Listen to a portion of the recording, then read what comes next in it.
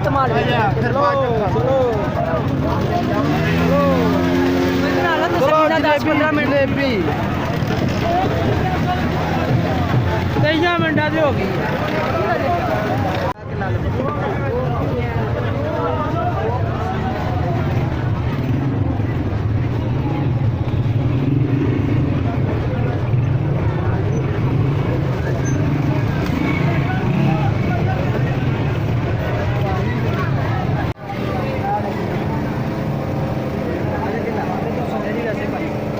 भाई आगे भी जा रहा हूँ, आगे भी बनाना है।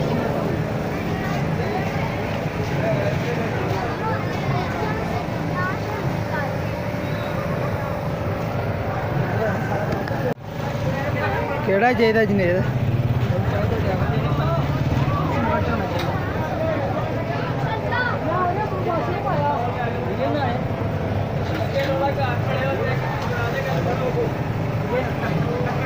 कैमरा मैन आ जाओ।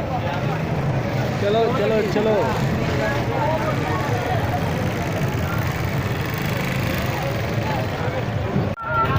भाई आसवे पासे सत्ते पानी तो आपका जूता पियो अपने हमारे यार आंदत माल चलो चलो 10-15 मिनट 23 मिनटा की हो गई।